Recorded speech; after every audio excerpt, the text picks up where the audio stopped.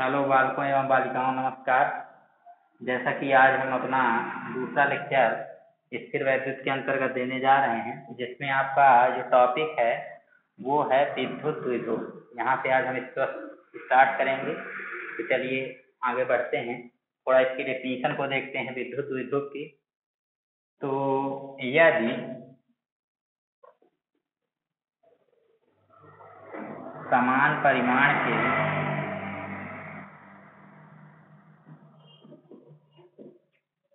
दो विपरीत आवेश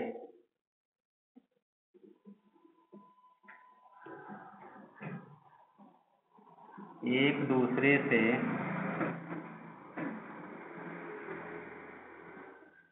अल्प दूरी पर स्थित हूँ तो इस निकाय को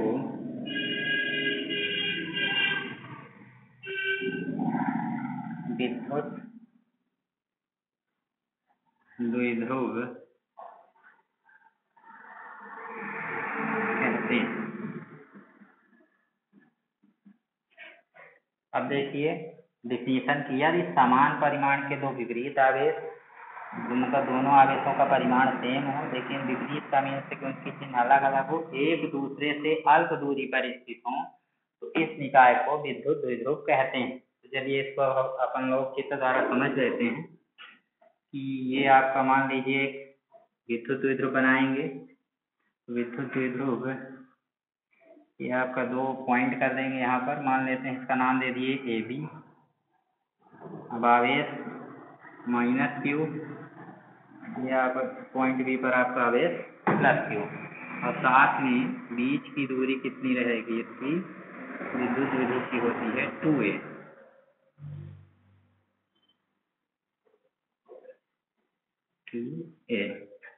देखिए ये आपका बन चुका है। इस चित्र का आप नाम दे सकते हैं चित्र विद्युत द्विध्रुव।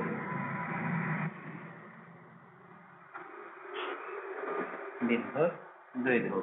अब देखिए जो डिफिनीशन है, यदि समान परिमाण के दो विपरीत आवेश, दोनों ही आवेशों का परिमाण समान है, जैसा कि आप -Q का परिमाण यदि निकालते हैं तो आपका +Q आएगा और +Q का परिमाण भी +Q आता है। तो समान परिमाण के दो विपरीत आवेश एक दूसरे से अल्प दूरी, जो आप फिगर में 2a दूरी दिख रहे हैं, फिगर में थोड़ा सा बड़ी दिख रही है, पर ये 2a दूरी जो होती है वास्तव में वो अल्प दूरी ली जाती है।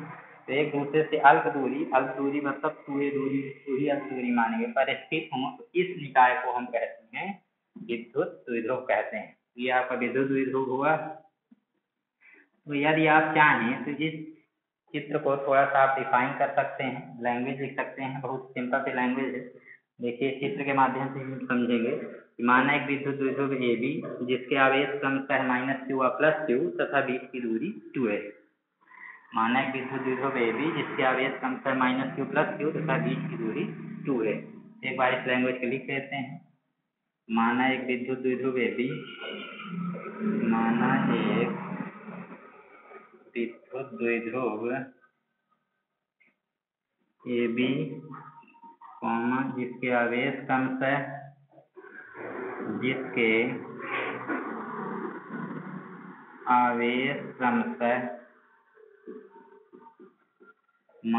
-Q और +Q तथा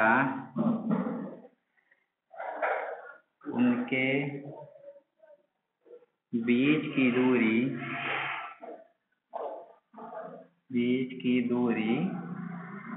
2a है। चलिए अब नेक्स्ट टॉपिक की ओर अपन लोग बढ़ते हैं। विद्युत द्विध्रुव आशा कि आप समझ गए होंगे। अब देखिए आप विद्युत द्विध्रुव आघूर्ण कहें या द्विध्रुव आघूर्ण कह सकते हैं। विद्युत द्विध्रुव आघूर्ण, विद्युत द्विध्रुव आघूर्ण इंग्लिश में आप कह सकते हैं इलेक्ट्रिक डाइपोल मोमेंट।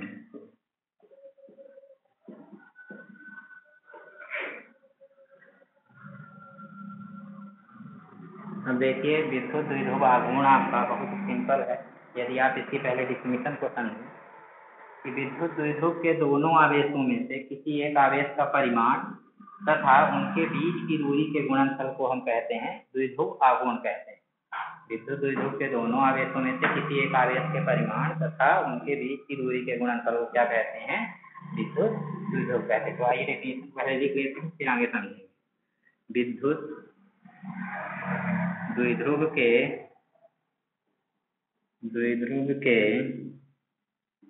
दोनों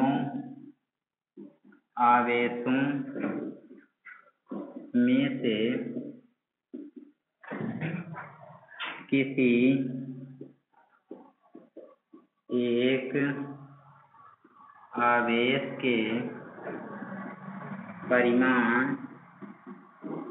तथा उनके बीच की दूरी के गुणनफल को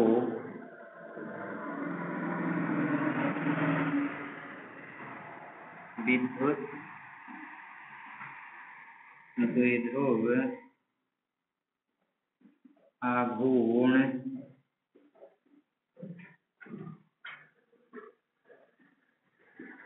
कहते हैं।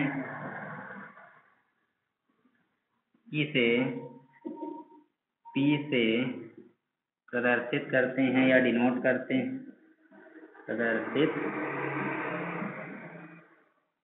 करते हैं। मतलब विद्युत द्विध्रुव के दोनों आवेशों में से किसी एक आवेश का परिमाण तथा उनके बीच की दूरी के गुणनफल को हम क्या कहते हैं? द्विध्रुव आघूर्ण कहते हैं। और इसे काहे से प्रदर्शित करते हैं? आपको P से डिनोट करेंगे द्विध्रुव आघूर्ण को। देखिए द्विध्रुव आघूर्ण फिगर बना लेते हैं। विद्युत द्विध्रुव का ही फिगर आपको बनाना है। ये आपका मान लीजिए एक विद्युत द्विध्रुव है, इसका नाम दे दीजिए AB। विद्युत द्विध्रुव के आवेश होंगे -Q और +Q और बीच की दूरी आपकी कितनी होगी? 2a। अब देखिए द्विध्रुव आघूर्ण का ही फिगर बनाए हैं जो ऊपर वाला बना है। डेफिनेशन से स्पष्ट है कि विद्युत द्विध्रुव के दोनों आवेशों में से किसी एक आवेश के परिमाण से लिख सकते हैं कि विद्युत द्विध्रुव आघूर्ण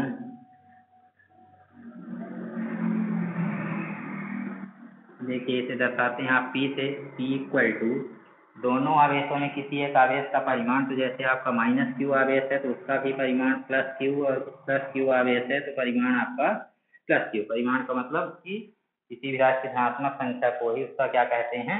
परिमाण कहते हैं। तो +Q दोनों आवेशों में किसी एक आवेश का परिमाण लेना है, साथ में दोनों आवेशों के बीच की दूरी, वो है 2a। यही आपका होगा द्विध्रुव आघूर्ण। तो P बराबर डायरेक्टली लिख सकते हैं Q गुणे 2a।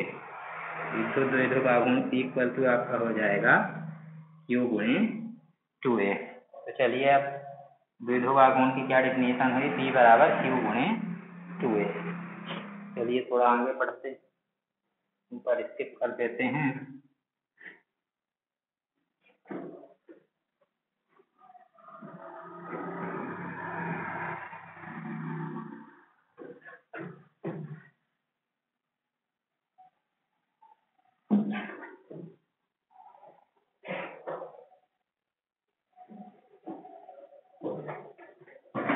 नेक्स्ट हेडिंग विद्युत द्विध्रुव आघूर्ण का मात्रक। देखिए आपको बताया जा चुका है, कई बार बता चुके हैं, क्लास में हम देते रहते हैं कि द्विध्रुव आघूर्ण का जो मात्रक है या किसी भी राशि का जो मात्रक है वो आप कैसे निकालेंगे, उसके सूत्र अभी आप पढ़ चुके हैं कि द्विध्रुव आघूर्ण को काहे डिनोट करते हैं? P से। और P बराबर आपका होता है Q इंटू 2a। ये फार्मूला पढ़ चुके हैं तो लिख सकते हैं कि सूत्र P equal to Q into 2a से आगे बढ़ेंगे। अब आप देखें हम निकाल क्या रहे हैं? मात्रक। Q क्या है? Q आपका है आवेश। Q यदि आप इसे हिंदी में लिखने तो ये है आपका आवेश। और 2a क्या है? विद्युत द्विध्रुव के बीच की दूरी। कुछ लोग कंफ्यूज हो जाते हैं कि यहाँ पर 2a है तो 2 से कोई इफेक्ट नहीं पड़ेगा, 2a विद्युत द्विध्रुव आघूर्ण की कंप्लीट दूरी ली जाती है, आवेश गुणे दूरी। अब देखिए मात्रक जनरली हम लोग 12th में 2 पद्धतियों में लिखते हैं, जिसमें एक SI पद्धति और CGS पद्धति। पता है आपको कि आवेश का SI मात्रक होता है कूलाम इंटू दूरी का SI मात्रक आपका होगा मीटर। किस पद्धति में? SI पद्धति में। SI पद्धति में देखिए कुछ बुकों में ऐसे लिखा रहता है कूलाम डैश लगा होगा और मीटर। ये माइनस नहीं है, क्योंकि जब कभी भी आप मात्रक लिखते हैं तो मात्रकों में मल्टीप्लाई को डैश से भी डिनोट किया जाता है। यहाँ पर मात्रकों में कभी भी माइनस लगा हो तो उससे आपको गुणा ही मानना है। तो ये आपका SI पद्धति में हो गया। अब फाइनली इसको CGS में चलेंगे। कूलाम कन्वर्ट हो जाता है CGS पद्धति में स्क्वायर कूलाम में, और आपका मीटर कन्वर्ट हो जाता है सेंटीमीटर में। ये आपका किस पद्धति में हो गया? CGS पद्धति में। मतलब कुल मिलाकर के आप कह सकते हैं कि SI पद्धति में द्विध्रुव आघूर्ण का मात्रक कूलाम गुणे मीटर तथा CGS पद्धति में स्क्वायर कूलाम गुणे सेंटीमीटर होता है। तो इस मात्रक के बाद अब हम लोग चलते हैं विमीय सूत्र की ओर। तो द्विध्रुव आघूर्ण का विमीय सूत्र शॉर्ट में लिख देते हैं।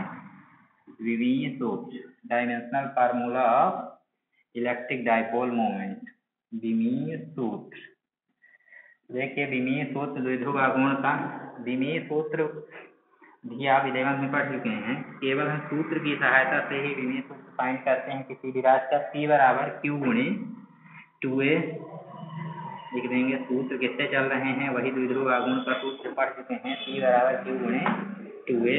अब देखिए Q आपका आवेश है। आवेश का SI मात्रा क्या रखेंगे? आवेश पहले आप हिंदी में लिखेंगे, आवेश लिखेंगे, और 2a आपकी क्या है? आवेश गुणे दूरी। अब देखिए विमीय सूत्र के रूप में अभी आवेश आपका ब्रेक होगा, इसको तोड़ लेते हैं। आवेश का सूत्र होता है धारा गुणे समय। आवेश बराबर क्या होता है? धारा गुणे समय गुणे दूरी। आप पिछली कक्षाओं में पढ़ चुके हैं कि I बराबर होता है Q/T। किसी भी चालक में आवेश प्रवाह की दर को क्या कहते हैं? विद्युत धारा कहते हैं। यहाँ पर आपका Q जो है वो क्या है? आवेश है, और T आपका क्या है? समय, और I क्या है? धारा, या इसी को करंट विद्युत धारा बोलते हैं। तो किसी चालक में आवेश प्रवाह की दर को क्या कहते हैं? विद्युत धारा कहते हैं। इस सूत्र से यदि आप आवेश की वैल्यू निकालते हैं, आवेश का फार्मूला, तो आवेश बराबर डिवाइड में समय है, तो आपका हो जाएगा धारा गुणे समय।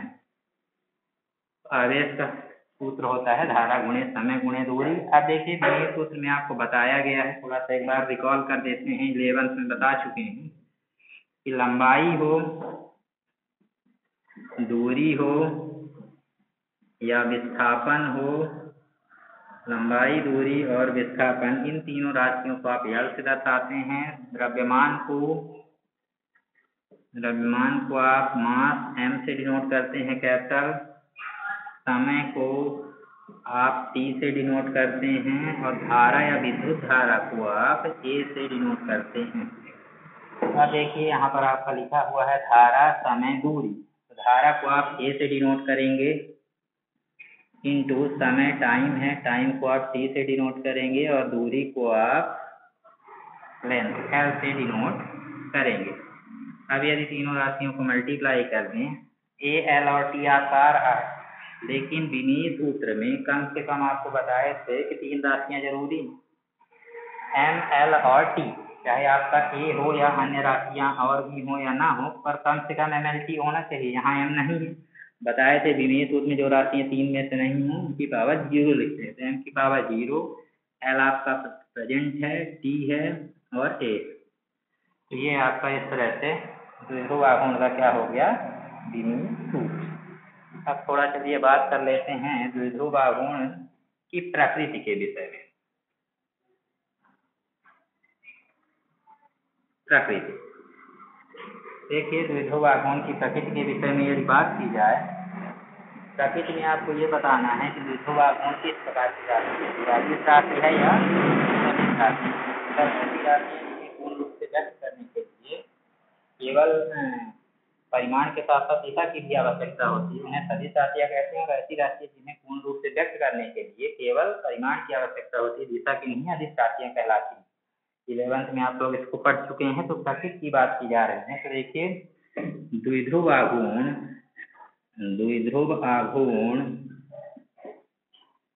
एक सदिश राशि है। द्विध्रुव आघूर्ण एक सदिश राशि है जिसकी दिशा भी बता दें आप यहाँ, जिसकी दिशा ऋण आवेश से धन आवेश की ओर होती, धन आवेश की ओर होती।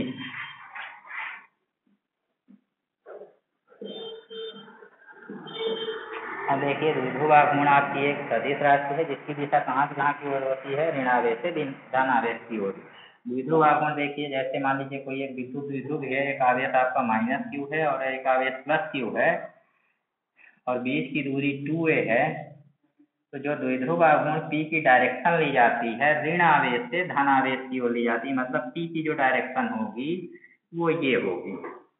अब सदिश रूप में इसे लिख कैसे सकते हैं, देखिए सदिश रूप में द्विध्रुव आघूर्ण को आप लिख सकते हैं वेक्टर P = Q आपका अदिश होता है Q गुणे 2a, लेकिन ये जो a होता है ये आप दूरी ना होकर वास्तव में क्या होता है, विस्थापन होता है। अब आपको ये विस्थापन है, विस्थापन एक सदिश राशि है और ये अदिश राशि का मल्टीप्लाई करेंगे यदि आप विस्थापन में, तो वो भी आपका क्या आ जाएगा, सदिश। जैसे सिंपल सी बात है कि कोई हम वेक्टर ले लें, मान लीजिए वेक्टर P बराबर ही ले लिए, आपका लिखा हुआ है Q गुणे 2a, तो Q आपका क्या है, आवेश है, आवेश अदिश राशि है। मान लीजिए किसी में 5 कूलाम है, 10 कूलाम संख्यात्मक वैल्यू हम ले रहे हैं, मान लीजिए 5 कूलाम, और 2a × 2 लिखेंगे। और a जो है वो वेक्टर क्वांटिटी है। वेक्टर क्वांटिटी आपको बताए थे कि आप सीधे इस प्रकार से i j के फॉर्म में रिप्रेजेंट करते थे, जहाँ i j के यूनिट वेक्टर या इकाई सदिश मानते हैं, Pi + 2j + 5k।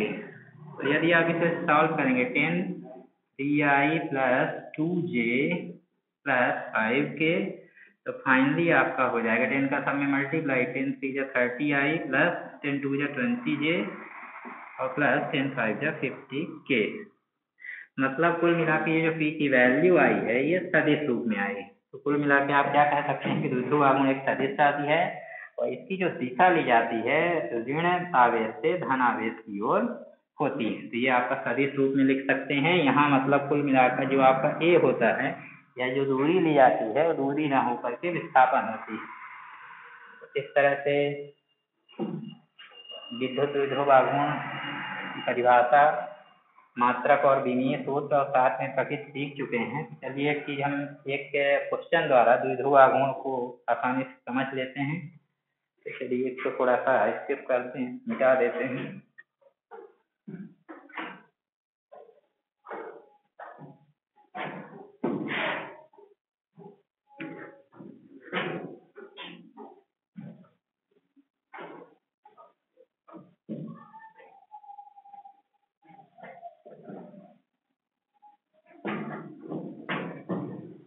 चलिए एक न्यूमेरिकल क्वेश्चन देख लेते हैं। देखिए न्यूमेरिकल क्वेश्चन नंबर आपका एक न्यूमेरिकल क्वेश्चन लेते हैं। द्विध्रुव आघूर्ण के एग्जाम्पल को या द्विध्रुव आघूर्ण को गणितीय रूप में थोड़ा समझने के लिए, यदि एक इलेक्ट्रॉन व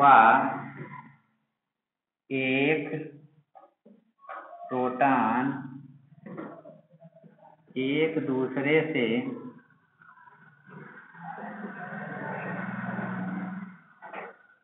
एक एंगस्ट्रॉम की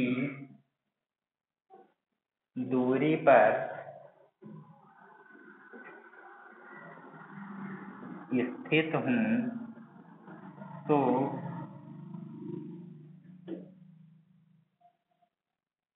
इलेक्ट्रॉन व प्रोटॉन पर लगने वाले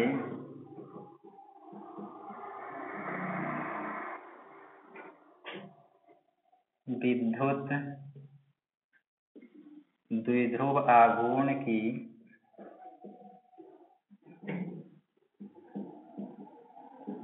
गणना कीजिए।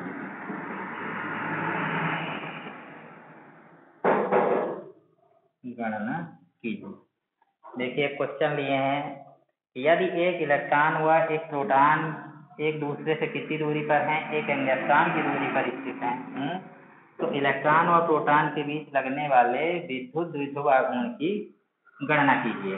अब आप पहले से ही जानते हैं कि किसी भी इलेक्ट्रॉन या प्रोटॉन पर आवेश जो होगा वो कितना होता है, समान होता है। इलेक्ट्रॉन पर केवल ऋण आवेश होगा, उसकी वैल्यू जो होती है 1.6 गुणे 10⁻⁻19 और कूलाम, और प्रोटॉन पर आपका प्लस आवेश होता है, लेकिन उसकी भी वैल्यू जो होती है वो 1.6 गुणे 10⁻⁻19 कूलाम। हालांकि ये जो वैल्यू होती है निगेटिव होती है, -1.6 गुना, और ये आपकी पॉजिटिव होती है, लेकिन यहाँ पर आपको आवेश का परिमाण लेना है। देखिए एक इलेक्ट्रॉन और एक प्रोटॉन एक दूसरे से कितनी दूरी पर स्थित हैं, तो अब आपको याद भी होगा कि P बराबर होता है Q गुणे 2A। द्विध्रुव आघूर्ण निकालना है, मतलब P निकालना है। P का सूत्र है Q गुणे 2A। तो Q तो आपका आवेश है, आवेश किसी का भी, अब किसी एक आवेश लेंगे, या तो इलेक्ट्रॉन का आवेश या प्रोटॉन का, तो ऐसे लिख सकते हैं इलेक्ट्रॉन, सॉल्यूशन इसका देखिए, इलेक्ट्रॉन व या प्रोटॉन पर आवेश कितना दिया हुआ है, आवेश Q बराबर कितना हो जाएगा 1.6 गुणे 10⁻⁻19 कूलाम।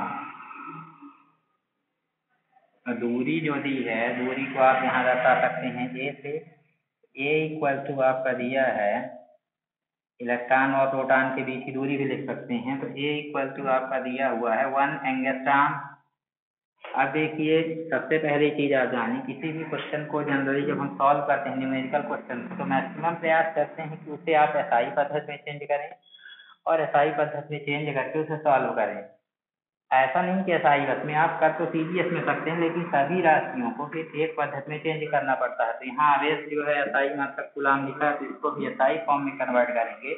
अब आप जानते हैं एक एंगस्ट्रॉम बराबर होता है 10⁻⁻10 मीटर। एक एंगस्ट्रॉम बराबर कितना होता है, 10⁻⁻10 मीटर। तो आपकी A की वैल्यू आ गई है 10⁻⁻10 मीटर। अब सूत्र या अब द्विध्रुव आघूर्ण के सूत्र से, अब द्विध्रुव आघूर्ण के सूत्र से, द्विध्रुव आघूर्ण के सूत्र से आप चलेंगे, बता चुके हैं कि द्विध्रुव आघूर्ण होता है P बराबर Q गुणे 2A। देखिए बहुत ही सिंपल है, Q की वैल्यू आपकी रखी है 1.6 इंटू 10⁻⁻19 कूलाम, मात्रक लिखने की अभी आवश्यकता नहीं है, इंटू यहाँ पर आपकी 2A जो है वो आपकी दूरी है, तो 2A की एक चीज़ और, ये जो A है ये, सॉरी यहाँ पर ये A की वैल्यू नहीं है, उनके बीच की दूरी 2A होती है, तो ये कंप्लीट 2A की वैल्यू है। 2A इक्वल टू आपका दिया हुआ है 10⁻⁻10 मीटर। तो यहाँ पर डायरेक्ट रखेंगे 10⁻⁻10 मीटर। कितना रख दिए 2A की वैल्यू 10⁻⁻10 मीटर। देखिए इसको सॉल्व करेंगे तो ये आपका आएगा 1.6 सेम आ जाएगा। अब आपका बेस इक्वल है, तो बेस इक्वल है तो पावर क्या हो जाती है, ऐड होगी, तो 10⁻⁻29, क्योंकि माइनस माइनस प्लस होगा और सामने आपकी माइनस की आएगी। इसे P से डिनोट करते हैं और इसका SI मात्रक Q गुणे 2A से ही लिखेंगे। Q आवेश का SI मात्रक कूलाम, 2A आपकी दूरी या विस्थापन माने तो कूलाम गुणे दूरी का SI मात्रक मीटर। लास्ट में यूनिट जरूर लिखें, P बराबर 2A। इस तरह से आप द्विध्रुव आघूर्ण P की गणना कर सकते हैं इलेक्ट्रॉन और प्रोटॉन के भी। मतलब इसके द्विध्रुव आघूर्ण के लिए आपको क्या चाहिए ज्ञात करने के लिए? आवेश और साथ में बीच की दूरी चाहिए। इस तरह से हम लोग विद्युत द्विध्रुव आघूर्ण का मात्रक, विमीय सूत्र और साथ में एक न्यूमेरिकल क्वेश्चन सीख चुके हैं। अब ये देखिए, इस द्विध्रुव आघूर्ण का जो सबसे ज़्यादा अहम रोल रहेगा विद्युत द्विध्रुव में, जब आप अक्षीय स्थिति पढ़ेंगे तो वहाँ पर हम डायरेक्ट सूत्र का प्रयोग करेंगे। जहाँ हमें Q/2A मिलेगा उसकी प्लेस में पुट करेंगे P। वहाँ पर यूज होगा द्विध्रुव आघूर्ण विद्युत द्विध्रुव को घुमाने में किए गए कार्य। मतलब आगे जो है द्विध्रुव आघूर्ण का बहुत ही सारा उपयोग आपको देखने को मिलेगा। इसलिए इस वीडियो को पूरी तरह से आप अच्छे से पहले देख लें। अभी नेक्स्ट वीडियो में हम लोग विद्युत द्विध्रुव आघूर्ण के कारण अंदर अक्षीय स्थिति में विद्युत क्षेत्र की तीव्रता के लिए जब व्यंजक ज्ञात करेंगे तब इसकी आवश्यकता होगी।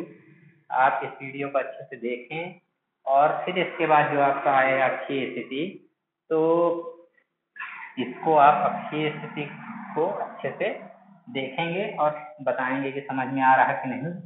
वैसे इस कोरोना के दौर में आप लोग घर पर ही रहें, सब लोग सुरक्षित रहें, स्टे होम, स्टे सेफ, और आप लोग पढ़ते रहें, चैनल को देखें, लाइक शेयर और सब्सक्राइब करें। धन्यवाद। समझ में आया हो तो बताते रहें।